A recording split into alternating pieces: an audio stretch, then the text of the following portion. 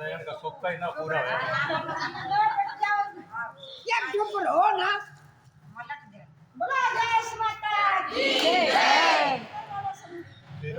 पकड़िए कि हे मुनि श्रेष्ठ, अब आप पापों को नष्ट करने वाली तथा पुण्य और मुक्ति को देने वाली परमोदनी एकादशी का महात्म सुनिए।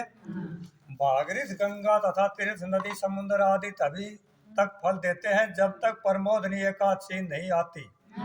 कार्तिक मास में शुक्ल पक्ष की परमोदनी एकादशी के व्रत का फल 1 सहस्त्र अश्वमेघ यज्ञ तथा 100 राजसूयस यज्ञ के फल के बराबर होता है। सुनने से भाई सब ने नारद जी ने पूछा कि हे पिताजी, यह संध्या को भोजन करने से, रात्रि में भोजन करने से तथा पूरे दिन उपवास करने से क्या क्या फल मिलता है, उसे आप समझाइए। ब्रह्मा जी बोले कि नारद जी, संध्या का भोजन करने से 1 जन्म का, और रात्रि में भोजन करने से 2 जन्म का तथा पूरे दिन उपवास करने से 7 जन्म के समस्त पाप नष्ट हो जाते हैं। परमोदनी एकादशी के व्रत के प्रभाव से सुमेरु पर्वत के समान कठिन पाप क्षण मात्र में ही नष्ट हो जाते हैं। अनेकों पूर्व जन्म के कहे हुए बुरे कर्मों का यह परमोदनी एकादशी का व्रत क्षण भर में नष्ट हो जाता है।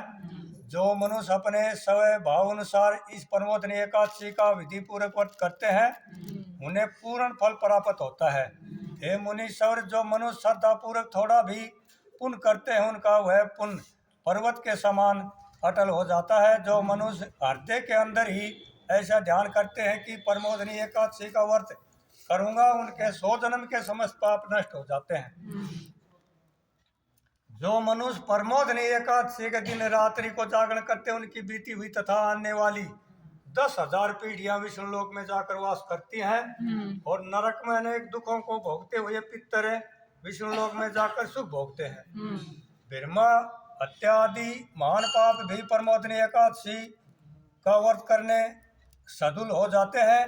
एकादशी के दिन रात्रि को जागरण करने का फल अवश्य मेघ यज्ञ आदि के यज्ञों के फल से अधिक होता है। समस्त तीर्थों में जाने तथा गो श्रवण भूमि आदि के दान का फल कार्तिक मास की शुक्ल पक्ष परमोदनी एकादशी की रात्रि के जागरण के फल से बराबर होता है। इस संसार में जितने भी तीर्थ हैं तथा जितने भी तीर्थों की आशा की जा सकती है, वह सब परमोदनी एकादशी का व्रत करने वाले के घर में रहते हैं। जो मनुष्य इस एकादशी के व्रत को करता है, वह योगीवान, योगी, तपस्वी तथा इंद्रियों को जीतने वाला होता है, क्योंकि वह एकादशी भगवान विष्णु को अत्यंत प्रिय है। इसके व्रत के प्रभाव से कामिका, वाचिका, मानसिक पाप नष्ट हो जाते हैं। इस एकादशी के दिन जो भगवान की प्राप्ति के लिए दान, तप, होम, यज्ञ आदि करते हैं, उन्हें अक्ष पुण्य मिलता है। परमोदनी एकादशी के दिन भगवान की पूजा करने से बाल, यौन और वृद्ध अवस्था के समस्त पाप नष्ट हो जाते हैं। इस एकादशी की रात्रि को जागरण करने का फल चंद्र सूर्य ग्रहण के समय स्नान करने के फल से सहस्त्र गुना अधिक होता है। मनुष्य जन्म से लेकर जो पुण्य करता है, वह पुण्य परमोदनी एकादशी के व्रत के पुण्य के समान व्यर्थ है। इसलिए हे नारद, तुमको भी विधि पूर्वक विष्णु भगवान की पूजा करनी चाहिए। जो मनुष्य कार्तिक मास में धर्मपरायण होकर अन्य व्यक्तियों का अन्न नहीं खाते, उन्हें चंद्रायण व्रत का फल मिलता है। कार्तिक मास में भगवान दान आदि से उतने प्रसन्न नहीं होते जितने कि शास्त्रों की कथा सुनने से प्रसन्न होते हैं। कार्तिक मास में जो मनुष्य भगवान की कथा को थोड़ा सा बहुत पढ़ते या सुनते हैं, उन्हें 100 गो के दान का फल मिलता है।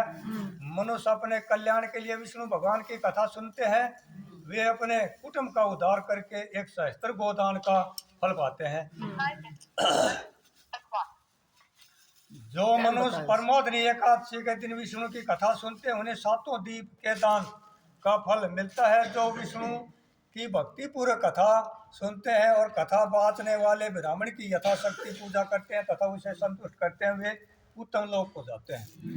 इस पर नारद जी बोले कि सुबह के 11 बजे ब्रह्मा जी, अब आप एकादशी के व्रत का विधान कहिए, और कैसा व्रत करने से कौन सा पुण्य मिलता है, वह मैं भी समझाइए। ब्रह्मा जी बोले कि यह नारद जी, इस एकादशी के दिन मनुष्य को ब्रह्मा मुहूर्त में उठना चाहिए और नदी तालाब कुआं आदि पर स्नान करके व्रत का नियम ग्रहण करना चाहिए। उस समय भगवान से विनय करनी चाहिए कि भगवान, आज मैं निराहार रहूंगा और दूसरे दिन भोजन करूंगा, इसलिए मेरी रक्षा करें। इस प्रकार विनय करके भगवान की पूजा करनी चाहिए। उस रात्रि को भगवान के समीप गीत नृत्य बाजे तथा कथा आदि से व्यतीत करनी चाहिए। प्रमोदनी एकादशी के दिन कृपणता को त्याग कर बहुत से उस फल अगर धूप आदि से भगवान की आराधना करनी चाहिए। शंख के जल से भगवान को अर्घ्य देना चाहिए। इसका समय तीर्थ दान आदि से करोड़ गुना फल अधिक होता है। जो मनुष्य पुष्प से भगवान की पूजा करते हैं उनके सामने इंद्र भी हाथ जोड़ता है। कार्तिक मास में जो बिल्वपत्र से भगवान की पूजा करते हैं उन्हें अंत में मुक्ति मिलती है। कार्तिक मास में जो मनुष्य तुलसी जी से भगवान की पूजा करता है उसके 10,000 जन्म के समस्त पाप नष्ट हो जाते हैं। जो मनुष्य इस मास में श्री तुलसी जी के दर्शन करते हैं या छूते हैं या धन ध्यान करते हैं या रोपण अथवा सेवा करते हुए 1000 कोटि युग तक तथा भगवान के घर में रहते हैं।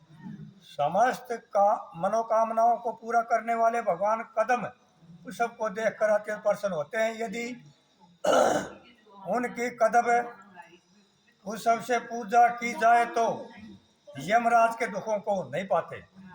जो गुलाब के पुष्प से भगवान की पूजा करते हैं उन्हें मुक्ति मिलती है। जो मनुष्य बकुल और अशोक के फूलों से भगवान की पूजा करते हैं वे अत्यंत काल तक शोक से रहित होते हैं। जो मनुष्य विष्णु भगवान की सफेद और लाल कनेर के फूलों से पूजा करते हैं उन पर भगवान अत्यंत प्रसन्न होते हैं। जो मनुष्य विष्णु भगवान के दुर्वादल से पूजा करते हैं वे पूजा के फल से 100 गुना फल अधिक पाते हैं। जो भगवान की समीप पत्थर से पूजा करते हैं वे भयानक यमराज के मार्ग को सरलता से पार कर जाते हैं। जो मनुष्य चंपक पुष्प से भगवान विष्णु की पूजा करते हैं वे आवागमन के चक्कर से छूट जाते हैं। जो मनुष्य श्रवण का बना हुआ केतिक पुष्प भगवान पर चढ़ाते हैं उनके करोड़ों जन्म के पाप नष्ट हो जाते हैं। जो मनुष्य भगवान के पीले और रक्त वर्ण कमल के सुगंधित फूलों से पूजा करते हैं उन्हें सफेद दीप में स्थान मिलता है। इस प्रकार रात्रि में भगवान की पूजा करके प्रांत काल शुद्ध जल की नदी में स्नान करना चाहिए। स्नान करने के पश्चात भगवान की पूजा करनी चाहिए।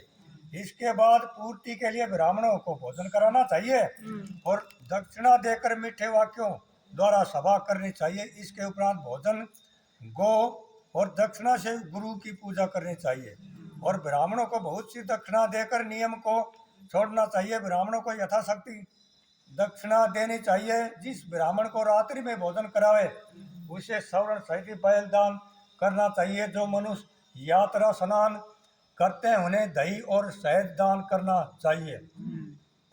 जो मनुष्य फल की आशा करते हैं उन्हें फल का दान करना चाहिए। तेल की जगह घी और घी की जगह दूध और अन्नों में चावल दान करना चाहिए। जो मनुष्य इस व्रत में भूमि शयन करते हैं उन्हें सब वस्तुओं सहित शया दान करनी चाहिए। जो मौन धारण करते हैं उन्हें श्रवण सहित तिल दान करना चाहिए। जो मनुष्य बालों को धारण करते हैं उन्हें दर्पण दान करना चाहिए। जो मनुष्य कार्तिक मास में उपना धारण नहीं करते उन्हें उपना दान करना चाहिए। जो इस मास में नमक त्यागते हैं उन्हें शक्कर दान करनी चाहिए। जो मनुष्य नित्य प्रतिदिन देव मंदिरों में दीप जलाते हैं उन्हें श्रवण या तांबे के दिए को घी तथा बत्ती सहित दान करना चाहिए। जो मनुष्य 4 महीने व्रत में किसी वस्तु को त्याग देते हैं उन्हें उस दिन से पुण्य ग्रहण करना चाहिए। जो मनुष्य प्रमोदनी एकादशी के दिन विधि पूर्वक व्रत करते हैं उन्हें अत्यंत सुख मिलता है और अंत में स्वर्ग को जाते हैं। जो मनुष्य 4 महीने व्रत को बिना किसी विघ्न के पूरा कर देते हैं उन्हें फिर दोबारा जन्म नहीं मिलता। जिन मनुष्यों का व्रत खंडित हो जाता है वह नरक को जाते हैं। जो मनुष्य इस एकादशी के माध्यम को सुनता व पढ़ता उसे अनेक गोदान का फल मिलता है। बोलो ग्यारस माता की जय। हाँ मोर बताए थे ना, मोर बताए थे ना? दर्पण दर्पण बता दिए वो दाम शीशम की से दर्पण है। ये नेम है 4 महीना का। 4 महीना जो व्रत निभाओ, अगर चाहे एक दिन भी खंडित हो तो फिर बेकार से। नाम से